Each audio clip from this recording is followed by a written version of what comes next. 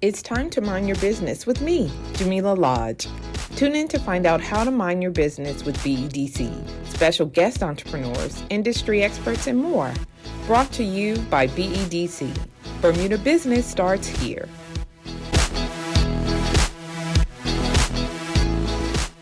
Good day, Janice. Welcome. Morning. Good morning. Welcome to Mind Your Business. Of course, you know me, Jamillah Lodge. I'm the Communication and Development Director at BDC, and you are a director at Cox Hallett Wilkinson. Yes, that's correct. So thank you for joining us today, and I just really want to get to know you. So can you tell us a little bit about yourself first, and then we'll get into the question and answer.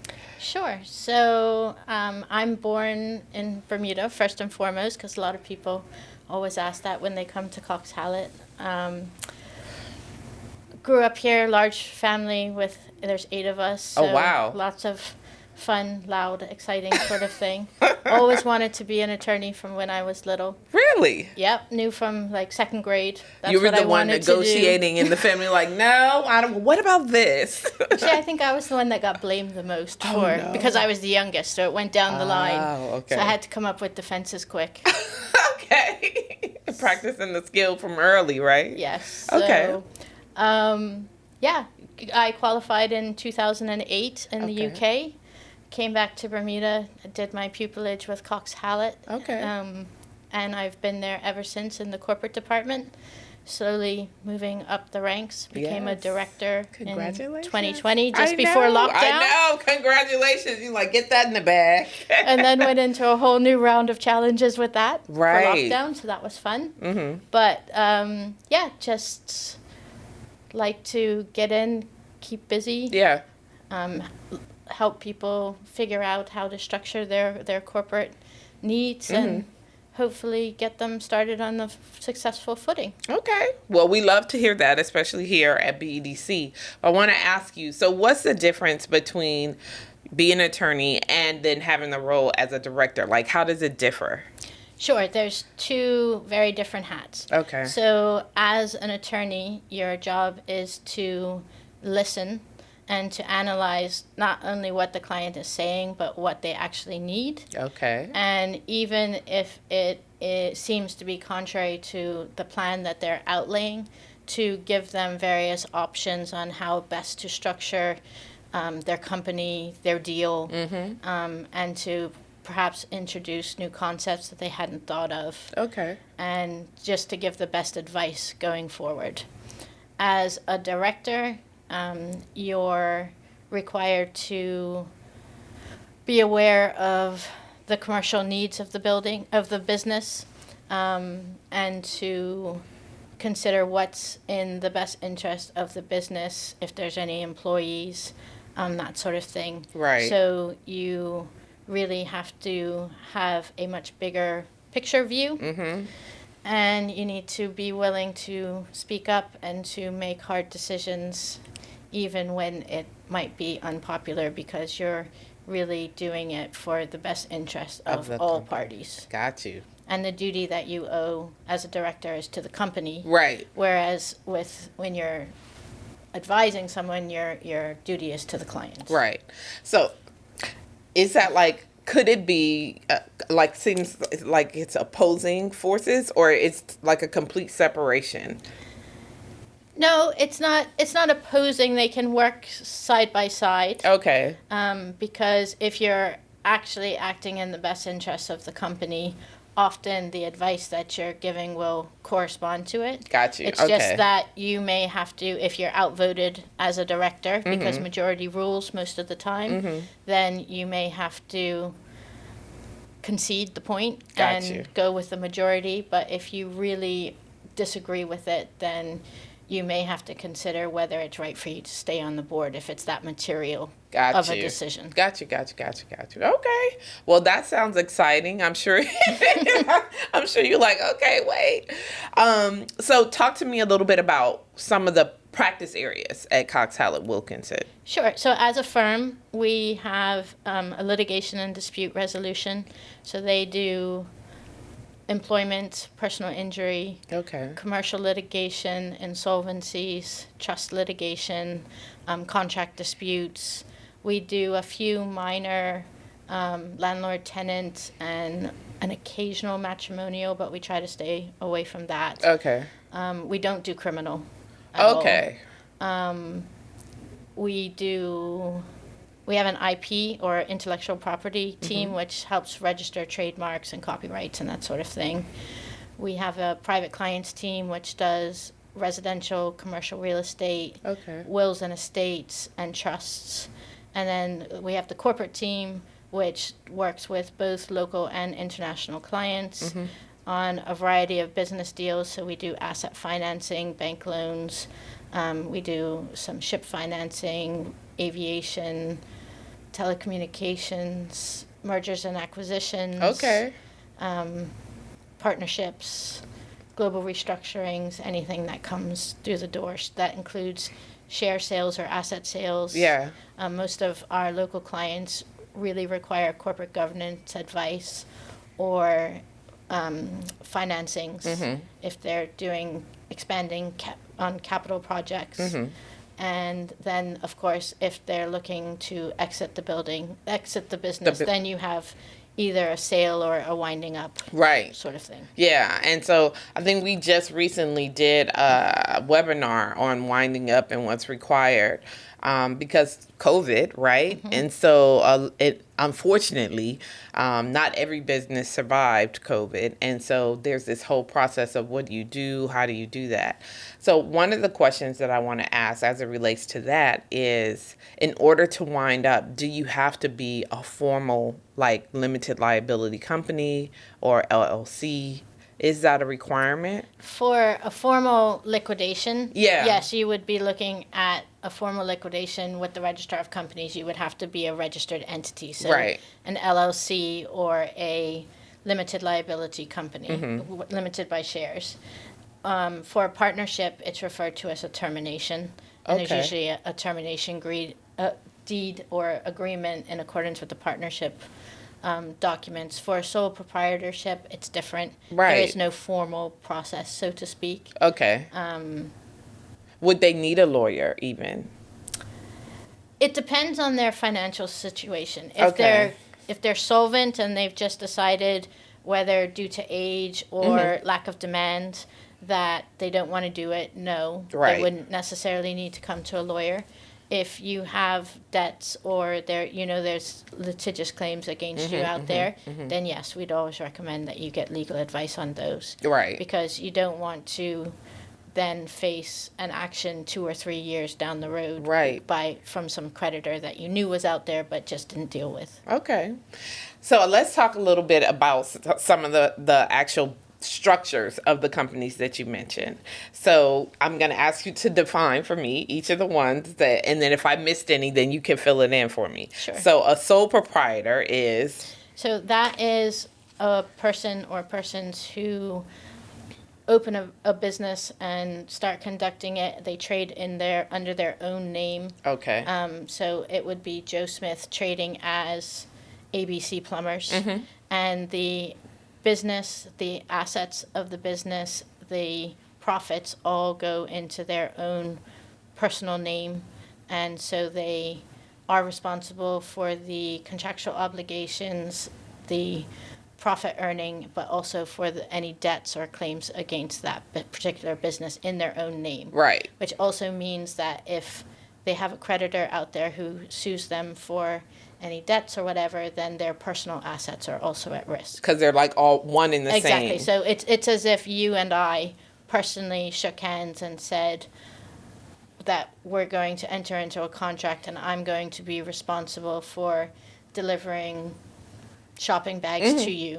And if I fail to complete that, you sue me for damages, you sue me, and I'm personally liable for any claims. So what is a limited... We'll do LLC first. An LLC, or a limited liability company, is a hybrid that was introduced in 2017. And it really originates from the U.S. And you'll notice if you are Googling or looking up what an LLC is, you'll come across a Delaware LLC a lot. So some of the American clients preferred the idea of the LLC to a traditional company limited by shares, because it had much more flexibility. Okay. It was less formal. So in an effort to continue to build our economic presence, Bermuda government wisely introduced legislation to incorporate LLCs into Bermuda, which allowed them to be formed and benefit from limited liability here. Okay. So an LLC is formed by an agreement of the members. And even if it's a sole member, you sign that limited liability agreement. Okay. And that is your constitutional document, which sets out how the company works. So it'll set out what the initial membership interest is. It'll set out the fact that you formed the LLC, what its name is, who the members are, if there's more than one member, who the managing manager will be, who will run the day-to-day affairs, how profits would be split if there's multiple members, but also how it would be shut down in the case that it was no longer required. Right. And so this entity can also be an individual saying, I want to create this LLC. And now this LLC is kind of a separate entity from me personally, Yes, which is so how... it has separate legal personality, Okay. which means it's treated as its own individual, as if it were an individual under the law. Okay. So it owns assets in its own name, it purchases goods, and it enters into contracts, and it incurs debts in its own name. Okay. Which means that any creditors that are out there who may have a claim against the LLC have to enter any actions against the name of the LLC as opposed to You personally. the person. So in your first example with the sole proprietor, so now ABCD Plumbing is separate and now Yes. can enter into its own contracts. And if there are any creditors, then you're dealing with ABCD Plumbing, and then my assets are safe. Yes. Okay. So And the only extent that a creditor can come after the member is if they haven't paid up what the membership interest says in the agreement. Ah, okay. So if you said you were going to contribute $1,000 and you hadn't actually paid that in yet, you can be made to pay in the $1,000. Got you. But if that says $100, then it's $100. So Okay. that's the extent.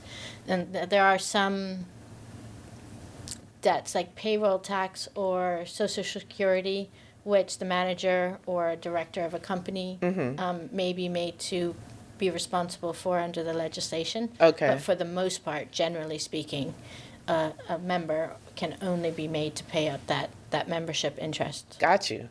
So now how does the LLC differ from the LTD? Okay, so the LTD is a traditional English company based on the principles there. So you have a company which again becomes its own separate legal personality. Yeah. And can enter into contracts and incur debts, own assets in its own name, and we refer to that as ring fencing. Ring fencing the assets of the company, protecting the rest of your assets. Okay, that's a new word for me, guys. Ring fencing. We're going to ring fence these assets. Right. So an LTD is more formal. Okay. So you have a memorandum of association which sort of states what business the company can do. Okay. We do allow for companies, in the most part, to do unrestricted business. Okay. But if there are specific, if you're doing a restricted business, such as insurance or investment funds or something like that, you may have to get specific Permissions or from something? the Okay. Ministry of Finance, and you'll often find that there are additional clauses which allow them to conduct that particular business. Got you.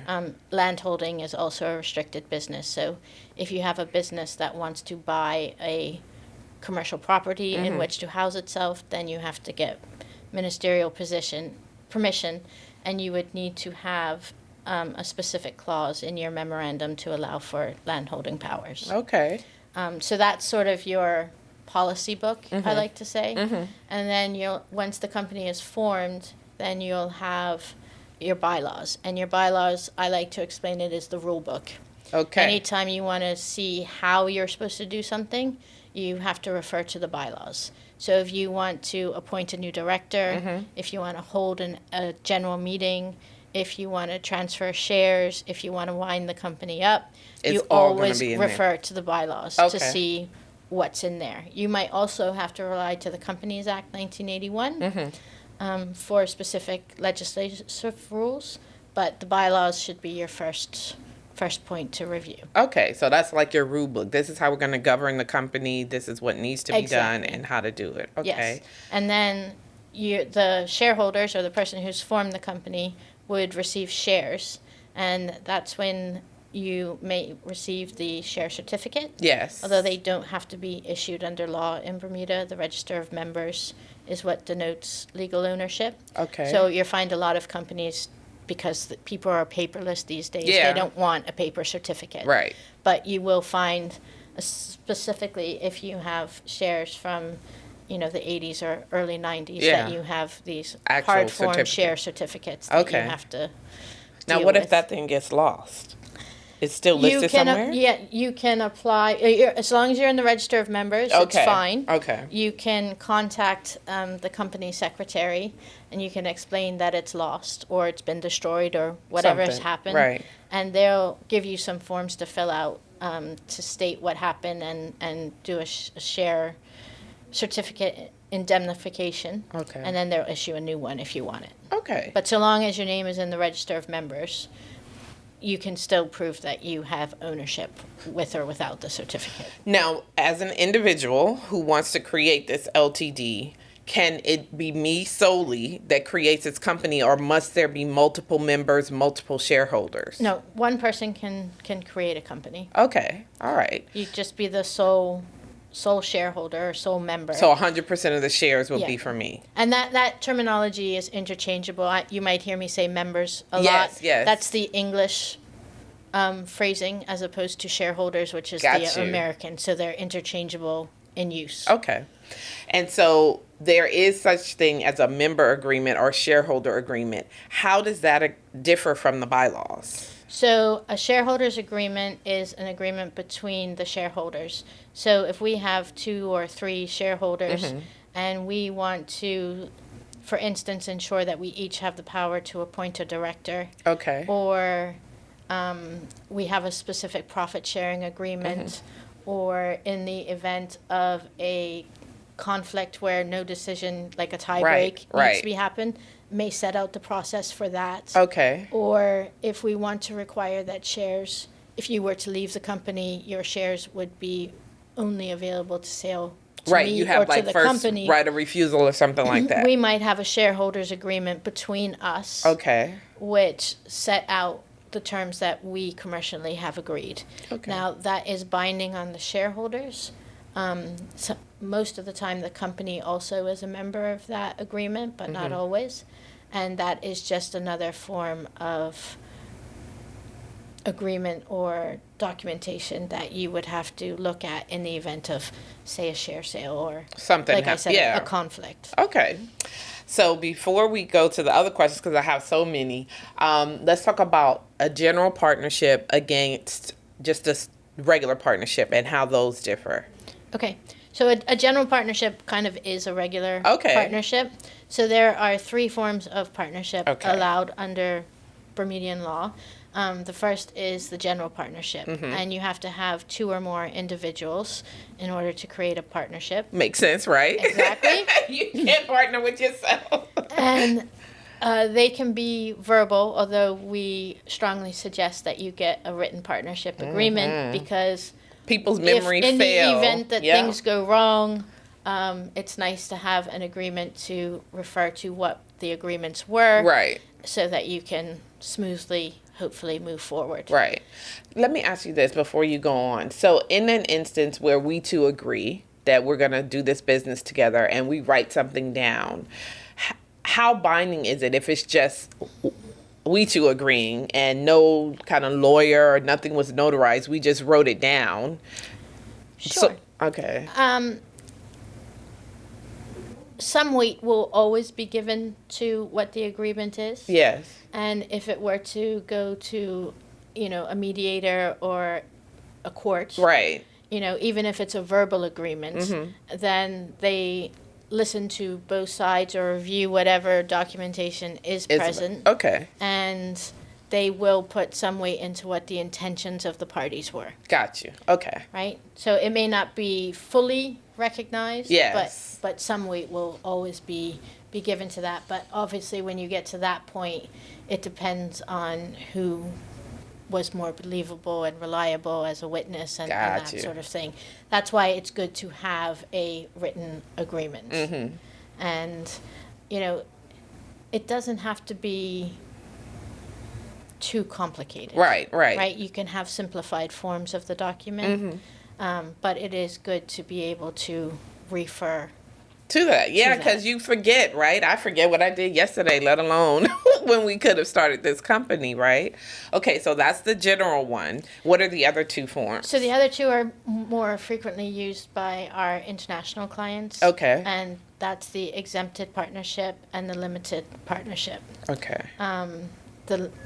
And you generally see some are called limited exempted partnerships, and those are partnerships that have a limited partner and a general partner. Okay. So the limited partner may get 1% of the partnership, but he contributes the financial contributions. Yeah. The majority of the financial contributions. He's in it for the sort of the profit, so to speak. And the general partner is running the day-to-day. The business, right. Okay. Business. And exempted just means that you're an exempted entity, so you are conducting business with either outside of Bermuda or with other exempted entities in Bermuda. Okay, got you. So now's the question. For our stakeholders who typically are sole proprietors, may just be getting started, starting a business, which entity would you recommend that they do, and when should they do it? So you can operate as a sole proprietor, but I guess the real question is, when should a sole proprietor consider maybe one of these other formalized structures? Sure. And it will depend a little bit on the risk element of your business. You know, if you're going to start, for instance, a painting company, we would always ideally recommend that you incorporate or form your LLC at the beginning, just because straight out from the beginning you have the protection of the limited liability. Right. But I know realistically, with costs and whatnot, and sometimes businesses develop organically. Yes. That's just doesn't happen. If you were looking at starting, say, a restaurant or something food-based, or where you're providing like nursing services or care or something, I would strongly recommend that you do, right from the start, form that limited liability entity, just because of the risk nature of that company. And it's important that you have that protection. I think also for online entities where you're taking online payments, and there's the risk of being hacked right from the get-go. Oh, interesting. I never really considered that. You may also want to consider the formation, because, for instance, if a hacker gets into your billing system and it creates credit card debt, that credit card debt would be against the company, not the individual. Got you. And, you know, that can be proved to be quite useful. Yeah, I'm even thinking like with online businesses, you could potentially have customers outside of Bermuda. And, you know, in my mind, because originally I'm from the States, so you get sued for anything. You'd be like, you looked at me, I am emotionally distressed, and now I'm suing you because I can no longer work. Whereas in Bermuda, my experience has been that we're not really that litigious. Like, no, and even if you had an online business and you have customers overseas, they would have to come here to sue you. Oh, got you. Because you're situated here. And so the law governing your business is here. Yes, so they'd have to file under Bermuda law. Yes. Which, in this case, would be an advantage because it's not as litigious or, you know, as award-based as the U.S. As the U.S., yes. Seems to be. Okay, but that's a good point. I never really considered that. So now I'm a sole proprietor. I'm a painting company or a plumbing company. And I've decided I wanted to limit my liability. Which of the two, LLC or LTD, would you recommend? It's really a personal choice. Okay. So both offer limited liability. Both offer the entities to become separate legal personalities. So then it becomes do you want the more flexibility of a limited liability company where you don't have to hold annual general meetings? Right. You don't have to maintain the share register, but you still have a membership interest register. You have a manager instead of a board of directors. Got you. So usually there's a single manager, as opposed to if you had a board, you could have one director, but you might have two or three. Depends on the company. And if you wanted to alter course or change something within the business, the manager who's administering the business would have the flexibility to do that without referring back to the shareholders or the directors for a meeting. Okay. And if you wanted to, say, change the membership agreement, you do that by agreement. You don't need to file anything with the registrar of companies. Got you. And have that formal documentation that under a company limited by shares you would.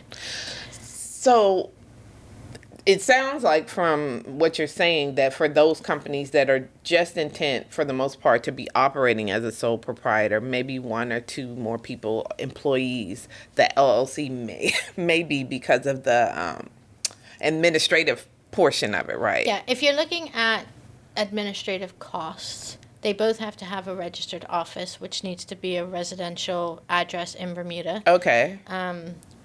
There is some benefit to having a licensed corporate service provider, but for a lot of new startups, the reality is that that's a big fee. Yeah, right. So you can do it yourself. Okay. And I know at our office, we often have clients who we've helped with startups take their own books, but when they get to a certain level, or when they run into something, they come back to us. Okay. And then we just help them on a time cost basis. Okay. So that's an option. Advising them. Yeah. And then in the hopes that when they get to that point, that they'll come back based on the relationship that we've built. Right. And choose to use us to provide the corporate services at that point. That makes sense. That makes sense.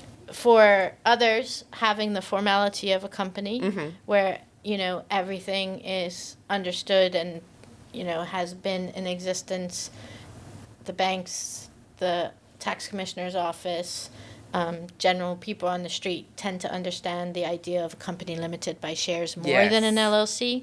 So they find that easier to understand. So there's an advantage to that.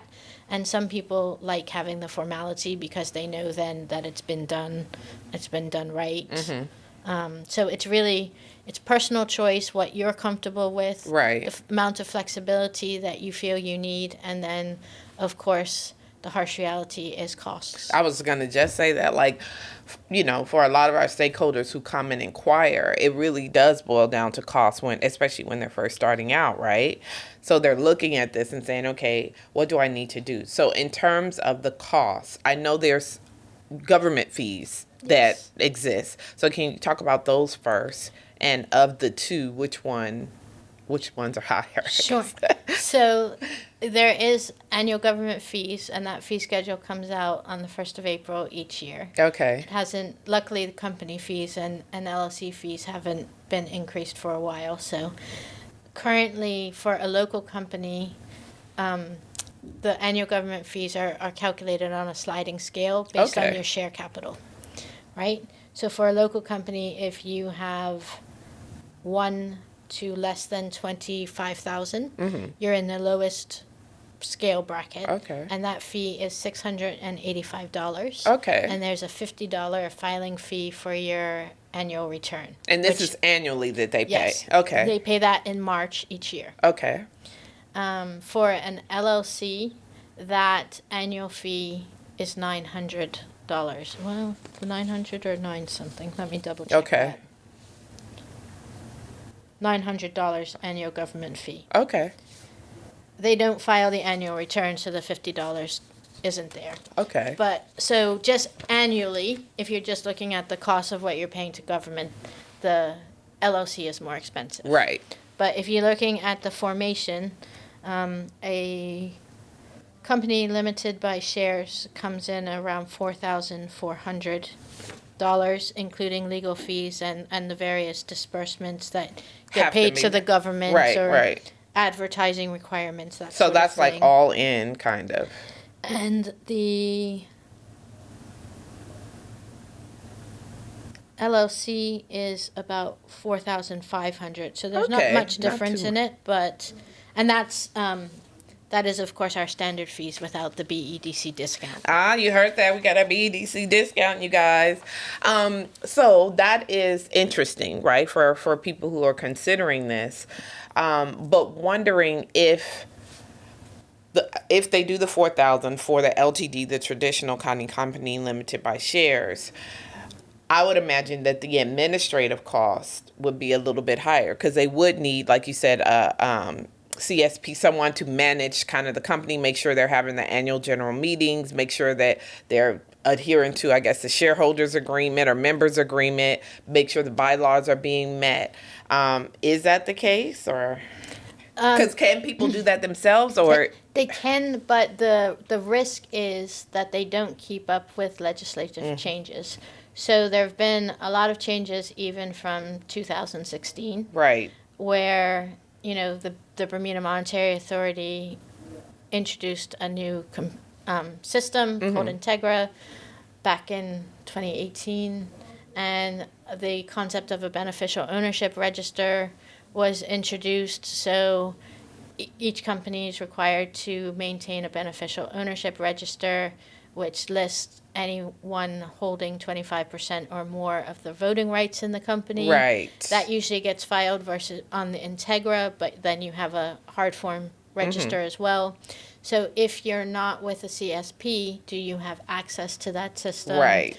Are you aware that the filing I was going to say, requirement is do you there? even know that you're supposed to be doing this? Right. On the Register of Companies, since 2016, you've had to file a statutory list of directors, and you have to file an extract of your bylaws with the ROC. So again, do you know what those requirements are? Do you have access to their online portal to do those filings? Right.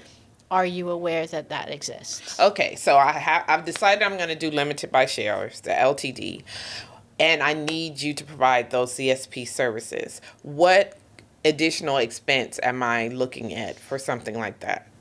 For a local company or a local LLC, you're probably looking somewhere between, if you hire a CSP at one of the major law firms, you're probably looking at a minimum of $2,000 upwards, depending on the complexity and nature of the business. If it's just straight filing, just maintaining, keeping up with our minimum fee is about $2,000. Okay, and is this this is like annually? That's an annual fee. Yes. Okay, all right. So that's why people, especially in the first year or two, tend to try to do it themselves. But I think at that point you need to maintain the relationship with the law firm, so that you're at least being advised of any changing requirements that you have to keep up with. So if you divide the 2,000 over the 12 months for the year, it's not that prohibitive. But do you guys do that, or do they have to pay like the whole thing up front in order to do it? Or could they do like a monthly sort of?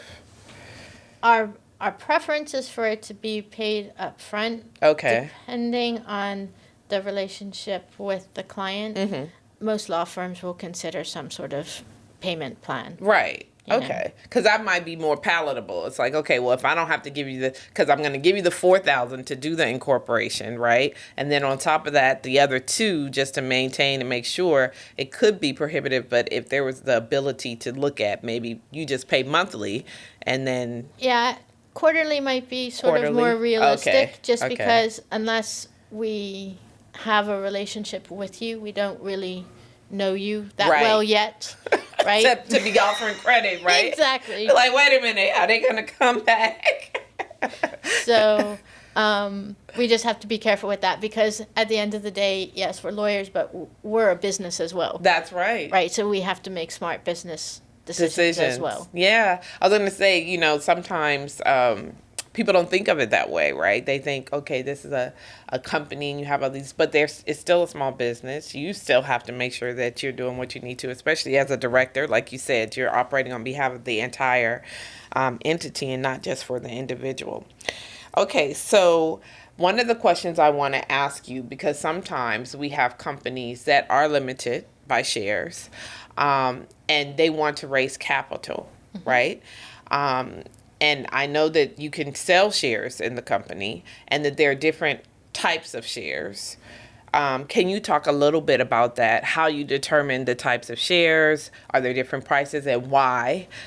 And can any company do this? So can our ABC Plumbing do this versus a real estate company and that sort of thing? Sure.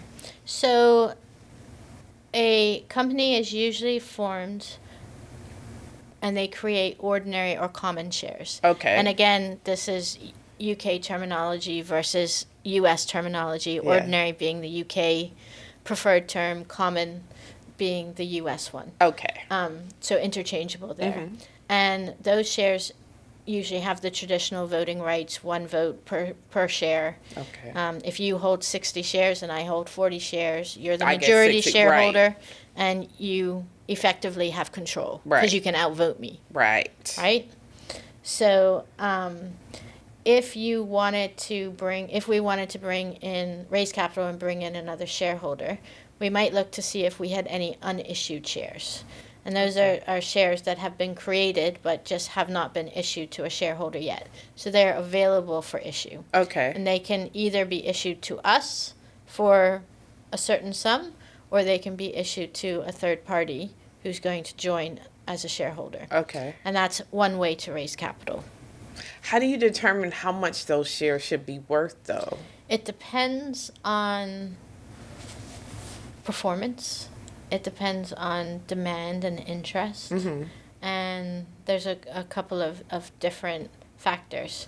It also depends on the level of interest of your potential investor, right? So shares are normally, from the get-go, issued at what we call a par value. Okay. So for most instances, we recommend using $1, but it could be a penny, could be 50 cents, Right. could be $2. Okay. But whatever that par value is, if you take your 60 shares at $1 par value, initially you've paid in $60. Right. And I pay in 40. Right. So we have $100 share capital. Yes.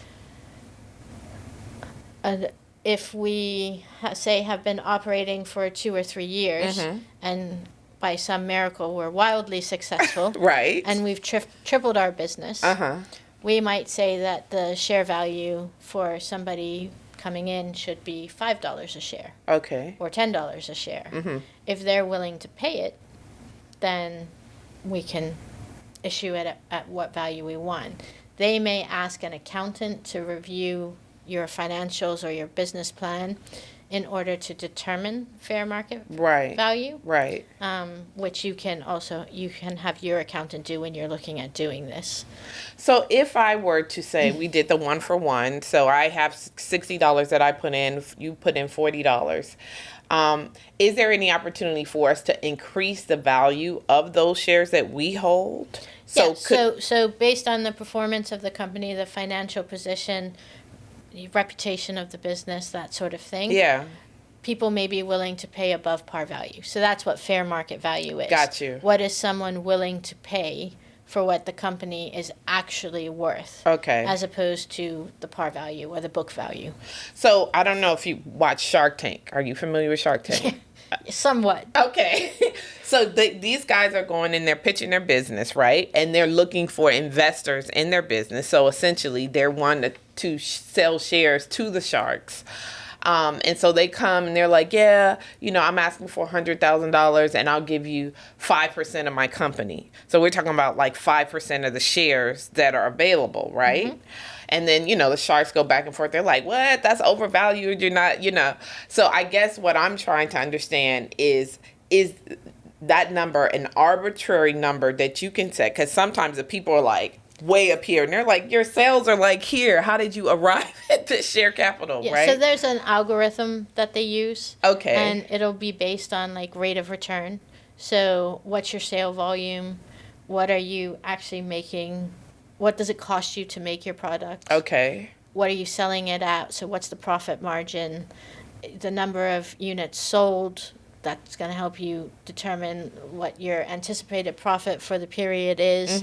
And then based on debts that you have, operating expenses like salaries, rent, that sort of cost of goods to make your product, then you calculate a rate of return. Okay. So in all the paperwork that they have in front of them, they're looking at those factors. Okay. In order to determine, is that outrageous, or is this company really on track to make $1 million?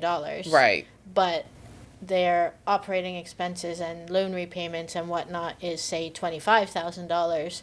So that's, the profit margin is this big, Okay, as opposed to this big. So do you, if you are the legal providers or the attorneys on record, do you assist with identifying what that share capital should be? So if a company does want to sell shares to raise capital, is that something that you can help with? So we always, and my assistant Eve, who helps with the incorporations, we always look at the possibility of what if this person needs to raise capital. And because the free bracket says that you can have up to 24,999 shares in the lowest bracket, we tend to encourage people to always incorporate with a authorized share capital of, say, 1,000 or 10,000. Okay. But issue 250. Okay. And the reason we use 250 is because for most of the local banks, that's their minimum bank deposit. Got you. So if you pay 250 for your shares, you have your minimum bank deposit. Okay. All and right. then, so whatever the unissued amount that's left over, depending on if you chose 1,000 or 10,000, then potentially that's there if you want to raise capital. Okay. Either by purchasing shares yourself or, again, bringing in somebody else. Okay. Listen, I feel like we can talk about this forever because I'm trying to understand all of it. I know can you believe it? We've been talking for 30 minutes already. And I still have questions. But before I let you go, I'd like for you to talk a little bit about the partnership that we have and what that means for someone who's interested in incorporating that company. Sure. So I think the BEDC and Cox Hallett partnership goes back to 2014-ish. Yes. And we have always been invited to the Entrepreneurship 101 or the various sessions that you have as presenters on incorporations and formations. We offer a discounted incorporation fee to anyone who is referred to us from the BEDC. And we, for the most part, we've continued to maintain relationships with those people, so if they do have additional questions on the requirements going forward, they'll give Eve or myself a call as well. And yeah, we've acted as sponsors for the Global Entrepreneurship Week, Rocket Pitch. Yes, we appreciate that very much. So just, we like coming in and meeting everyone, and we're happy to help out to the extent that we can. Right. And we have a great relationship with Dante and Erica and various BEDC members and advisors. So, it's something that we enjoy doing. And it's great, especially for our younger corporate attorneys, to start to get involved with and take in. In fact, the last session, I bought my pupil, Evan Mosley. Okay. And then sort of gleefully told him he'd seen one and next time he could give one. I love it. Well, we definitely appreciate the partnership. I'm sure our members do as well, because like you said, when you're starting out, some of those fees can be kind of prohibitive. So any kind of room for savings, they appreciate. I want to thank you for coming. We are going to be having a workshop or webinar about incorporating, so we can answer some more of these questions soon. So for those of you who are listening, just keep an eye out for that. If you're not a member of our communication portal, please go on to BEDC, bedc.bm to sign up. And you can also see information about the discounted rate that CHW offers for our members. But Janice, I want to thank you for taking the time to come with us. today to talk about how to incorporate a company, some of the services that you offer, and we look forward to continuing the partnership with you. Great. It was lovely to be here. Thank you so much. Thank you. And remember, if you don't mind your business, who will? Thanks for tuning in to Mind Your Business with me, your host, Jamillah Lodge. Tune in next week, Thursday at 4 p.m. because if you don't mind your business, who will? Mind Your Business is brought to you by BEDC. Bermuda Business starts here.